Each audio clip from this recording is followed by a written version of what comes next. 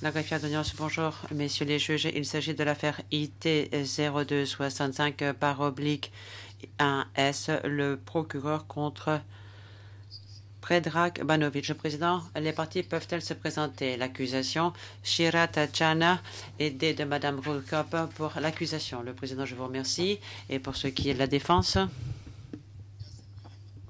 je m'appelle Jovan Babic. Je suis avocat de Novi Sad et je défends les intérêts de M. Predrag Banovic. Le président, je vous remercie, Maître Babic.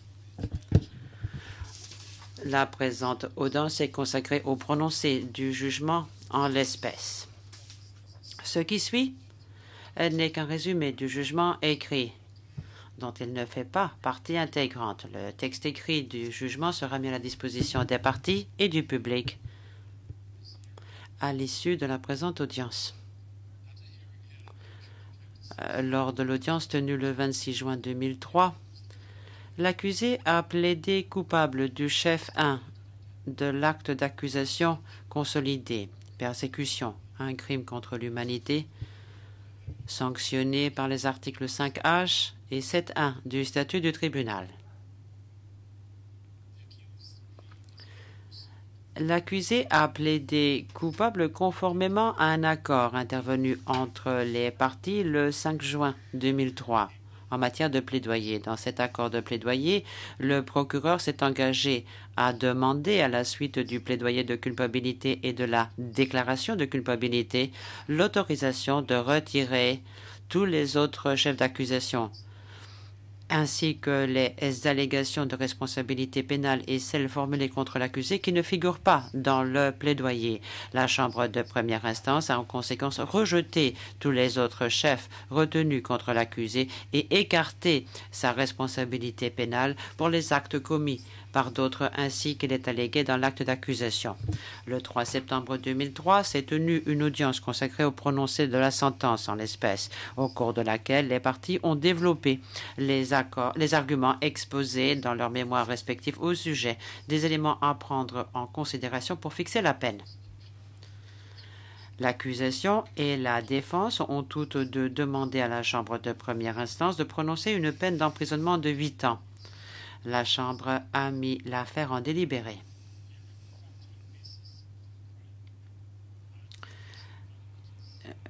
L'accord relatif au plaidoyer a été déposé accompagné d'un exposé écrit des faits incriminés. L'accusé, assisté de son conseil, a souscrit à l'exposé des faits sur la base duquel la Chambre de première instance va se fonder pour fixer la peine. Les faits qui y sont décrits sont les suivants. Le procès intenté à l'accusé porte sur des événements qui se sont déroulés dans la municipalité de Prijedor, située dans le nord-ouest de la Bosnie-Herzégovine.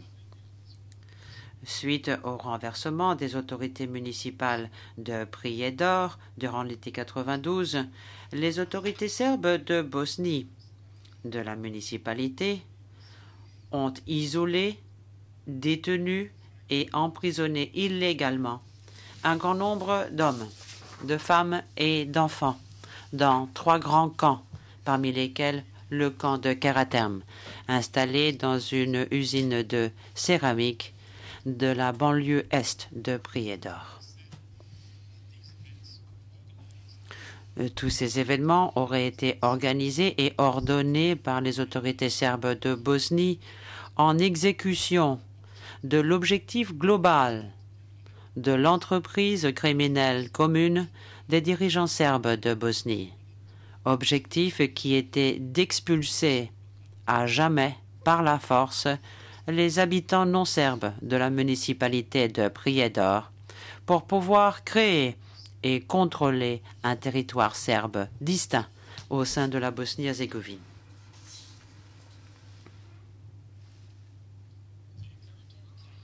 Le camp de Karaterm est entré en service le 23 mai 1992 et a hébergé jusqu'à 1500 détenus. Ce camp et d'autres a été géré de manière à maltraiter et persécuter les non-serbes de Prijedor et d'autres secteurs pour débarrasser le territoire de ceux qui y restaient ou pour les assujettir. Les interrogatoires, les sévices graves, les violences sexuelles et les meurtres auraient été quotidiens au camp de Karaterm. Les conditions de vie y étaient terribles et inhumaines. Predrag Banović était gardien au camp de Karaterm entre le 20 juin 1992 et le 6 août 1992. La participation de l'accusé à l'entreprise criminelle commune se limitait à ses activités dans le camp de Karaterm, où il prenait part aux sévices et aux mauvais traitements infligés aux détenus. Les conditions de vie dans le camp étaient terribles, inhumaines, dégradantes, et les détenus y ont en outre été victimes d'humiliation, de harcèlement et de mauvais traitements physiques et psychologiques. Dans l'exposé des faits sont également décrites les conditions de vie déplorables qui régnaient dans le camp de Karaterm. Les cellules étaient surpeuplées, les détenus manquaient souvent de place pour s'allonger ou bouger, ils n'avaient pas de vêtements de rechange, pas de matériel de couchage, et les soins médicaux étaient limités, la nourriture était très insuffisante et l'accès à l'eau limité. Les installations sanitaires étaient insuffisantes et dans un état lamentable. Les détenus ne pouvaient pas faire d'exercice et n'étaient pas autorisés à sortir, prendre l'air régulièrement.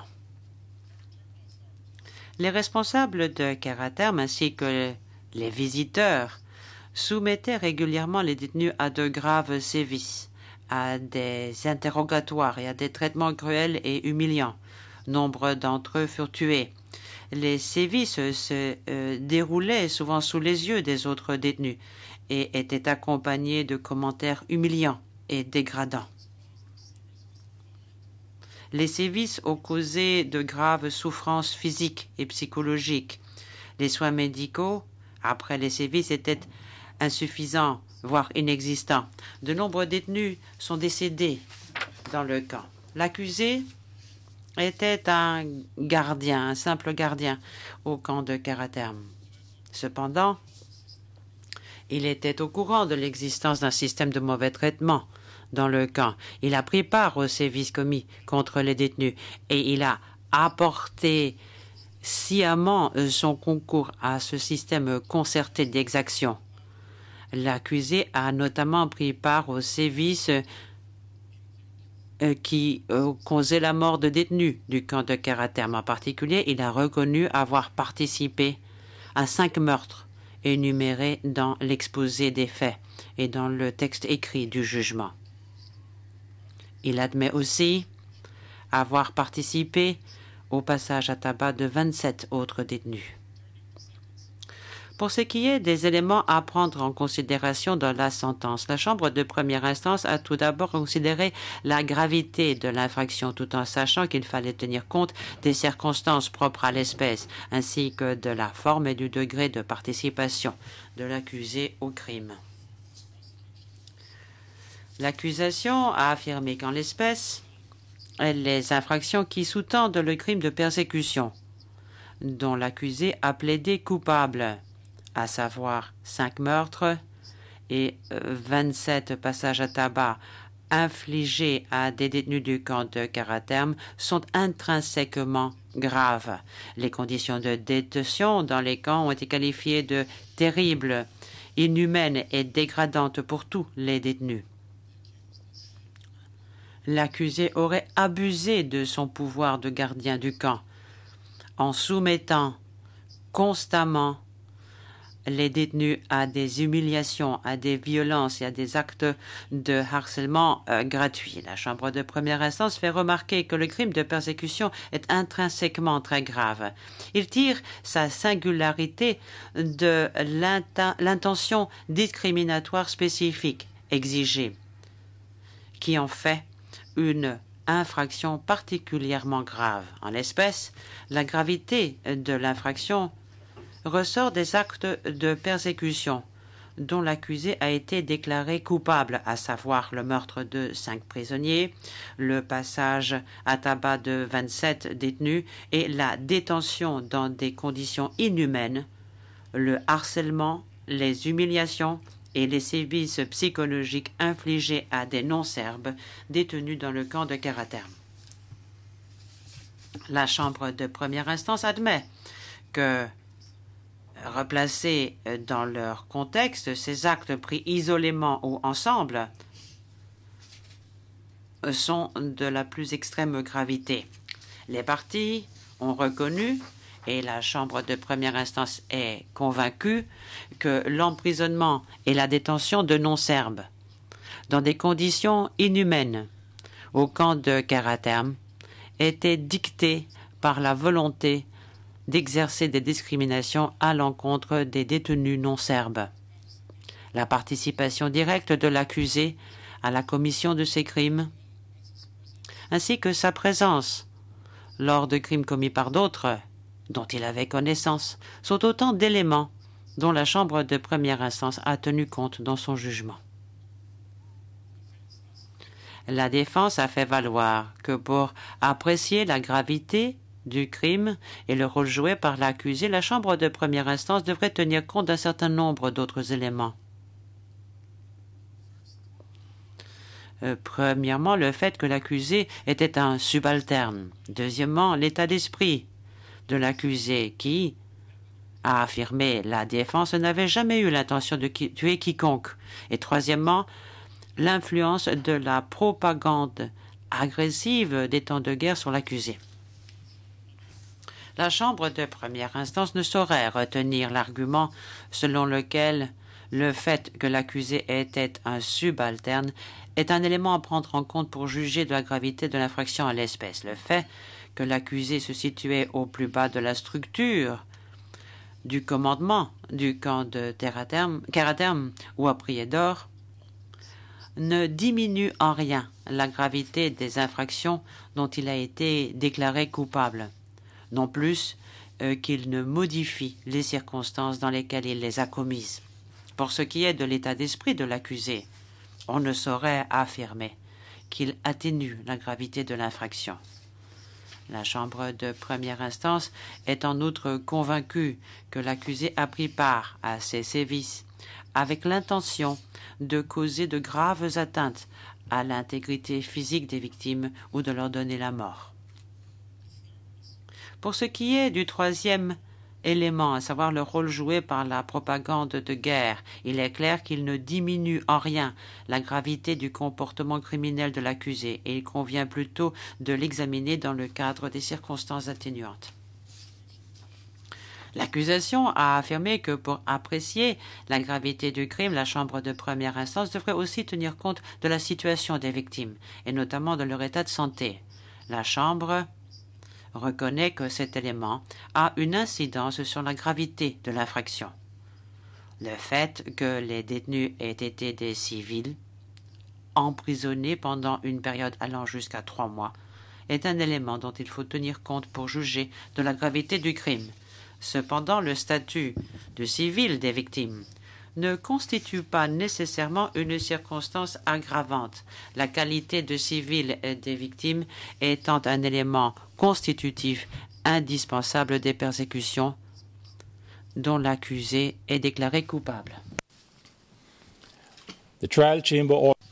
La Chambre de première instance reconnaît également que l'état d'infériorité et la vulnérabilité des victimes, ainsi que les circonstances dans lesquelles ont été commises les infractions, sont des éléments à prendre en compte pour juger de la gravité de celles-ci. S'agissant des circonstances aggravantes, l'accusation a affirmé que la vulnérabilité des victimes et le fait que l'accusé ait abusé de son pouvoir quand il était de service sont des circonstances qui devraient jouer dans le sens d'une aggravation de la peine. Si la Chambre de première instance reconnaît que la vulnérabilité des victimes et le contexte dans lequel ont été commises les infractions pourraient constituer des circonstances aggravantes, elle estime les avoir déjà prises en compte en jugeant de la gravité des dites infractions. Toutefois, l'abus de pouvoir dont l'accusé s'est rendu coupable en maltraitant et en battant les détenus au mépris de la vie et de la dignité humaine constitue une circonstance aggravante en l'espèce. S'agissant des circonstances atténuantes, tant l'accusation que la défense ont soutenu que le plaidoyer de culpabilité et la reconnaissance par l'accusé de sa responsabilité devraient jouer dans le sens d'une atténuation de la peine. La défense a également fait valoir que le grade de l'accusé, placé au bas de la hiérarchie policière, sa moralité, sa situation personnelle et son comportement au quartier pénitentiaire des Nations Unies devraient être considérés comme des circonstances atténuantes. La Chambre de première instance note que la seule circonstance atténuante explicitement prévue par le règlement est le sérieux et l'étendue de la coopération que l'accusé a fournie au procureur. Ensuite, l'appréciation portée sur cette coopération dépend de la quantité et de la qualité des informations fournies par l'accusé. En l'espèce, l'accusation reconnaît qu'il y a coopération et promesse de coopérer davantage. Toutefois, elle affirme que cette coopération ne peut être qualifiée de sérieuse et étendue, ce que conteste la défense en arguant du plaidoyer de culpabilité de l'accusé, de ses interrogatoires par l'accusation et de la promesse de coopérer davantage à l'avenir. La Chambre de première instance note que, de manière générale, la coopération avec le procureur est retenue comme circonstance atténuante. Elle ne considère pour autant pas que l'absence de pareille coopération constitue une circonstance aggravante. En l'espèce, la Chambre de première instance relève qu'en acceptant d'être interrogé par l'accusation, l'accusé a montré qu'il était disposé à coopérer. Les informations qu'il a données pendant les interrogatoires, ainsi que son engagement à coopérer davantage avec l'accusation, dans les conditions définies dans l'accord sur le plaidoyer, sont des éléments que la Chambre de première instance a pris en compte pour conclure au sérieux et à l'étendue de sa coopération et considère donc comme des circonstances atténuantes. La Chambre de première instance a déjà considéré la situation de subalterne de l'accusé lorsqu'elle a apprécié la gravité des infractions commises. La Chambre de première instance n'est pas convaincue qu'elle devrait retenir cette place au sein de la police comme une circonstance atténuante. En outre, rien ne permet de dire que l'accusé a agi sous la contrainte. La Chambre de première instance a admis et retenu l'argument de la défense selon lequel l'accusé s'est montré coopératif et s'est bien comporté pendant sa détention par le tribunal. La Chambre de première instance a toute latitude pour prendre en considération d'autres éléments dont elle considère qu'ils constituent des circonstances atténuantes.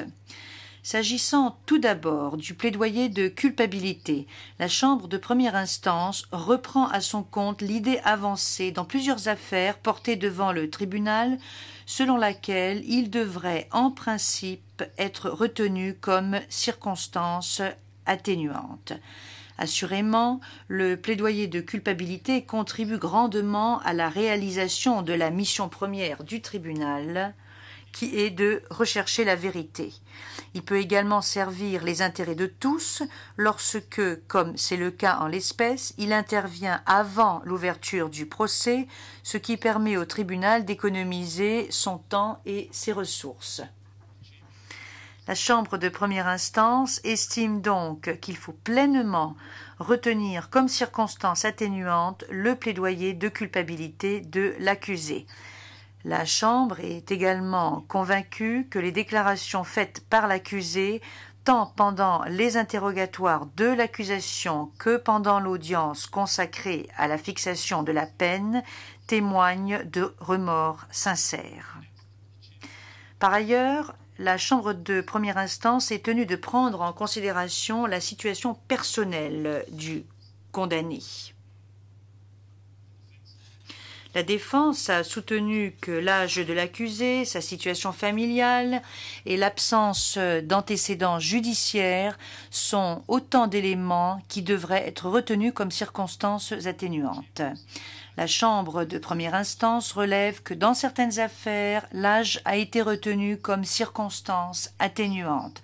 En l'espèce, la Chambre observe que l'accusé avait 23 ans à l'époque des faits. Avant le conflit, Predrag Banović était serveur. Plusieurs déclarations produites par la défense témoignent de la bonne moralité de l'accusé avant la guerre. Peu de temps après le début du conflit à Prijedor, l'accusé a été mobilisé dans la police, puis affecté en tant que gardien au camp de Keraterm. Il n'avait guère d'expérience et n'a reçu aucune formation avant d'entrer en fonction. La Chambre de première instance estime que ces éléments, conjugués à l'absence de toute condamnation pénale antérieure, sont à prendre en compte dans la sentence. Toutefois, la Chambre de première instance souhaite insister sur le fait qu'ils ne peuvent jouer de rôle important dans l'atténuation de la peine. La Chambre a retenu comme circonstance atténuante le fait que l'accusé est à présent marié et père de famille.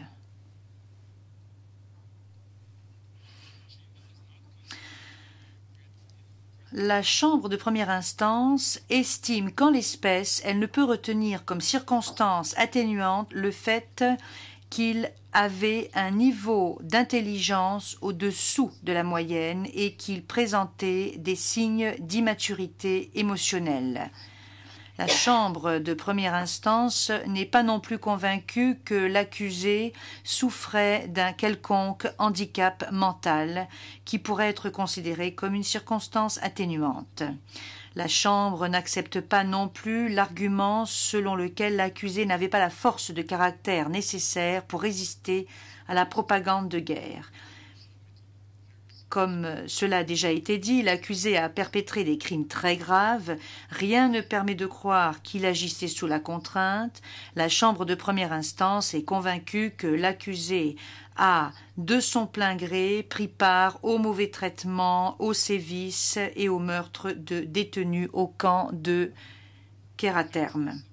La défense a présenté des déclarations de témoins établissant que l'accusé avait aidé certains détenus lorsque des parents et des amis de ceux-ci le lui avaient demandé. D'autres déclarations établissent également que l'accusé a aidé certaines familles non serbes de Bosnie pendant la guerre. Bien que l'on ne puisse dire que de manière générale la condition des détenus non serbes au camp de Keraterm en ait été sensiblement améliorée, la culpabilité de l'accusé s'en trouve atténuée. La Chambre de première instance a examiné et pesé tous les éléments à prendre en considération pour fixer la peine en l'espèce, notamment la gravité des infractions et l'ensemble des circonstances aggravantes et atténuantes. La Chambre a aussi tenu compte de la finalité de la sanction et de grille générale des peines d'emprisonnement telles qu'appliquées par les tribunaux de l'ex-Yougoslavie. En application de l'accord sur le plaidoyer de culpabilité, les parties ont conjointement recommandé une peine d'emprisonnement de 8 ans. La Chambre de première instance n'est nullement liée par cet accord. Les persécutions apparaissent particulièrement graves lorsqu'on considère les actes criminels sous-jacent. L'accusé a reconnu avoir directement et personnellement causé de grandes souffrances à des détenus du camp de Keraterm et avoir porté gravement atteinte à leur intégrité physique en les battant violemment. Fait plus important encore, Predrag Banović a été reconnu coupable d'avoir participé aux exactions et au passage à tabac qui ont causé la mort de 5 détenus et au passage à tabac de 27 autres. La peine doit nécessairement en rendre compte. La Chambre de première instance a estimé qu'en maltraitant et en humiliant les détenus du camp, au mépris le plus total de la vie et de la dignité humaine, l'accusé avait abusé de son pouvoir quand il était de service au camp. Sa place au bas de la hiérarchie au camp de Keraterm n'enlève rien à la gravité des infractions dont il a été reconnu coupable.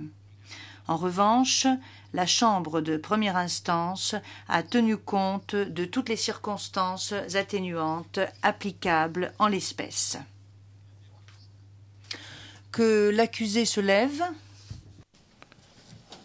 Predrag Banović. Predrag Banović. Après avoir dûment pesé les différents éléments exposés dans le présent jugement, la Chambre de première instance vous condamne à une peine de 8 années d'emprisonnement. La peine prend effet à ce jour. Vous êtes en détention au quartier pénitentiaire des Nations Unies depuis 716 jours. Cette période sera déduite de votre peine. Vous resterez sous la garde du tribunal en attendant que soient prises toutes les dispositions relatives à votre transfert dans l'état dans lequel vous purgerez votre peine. La séance ou l'audience est levée.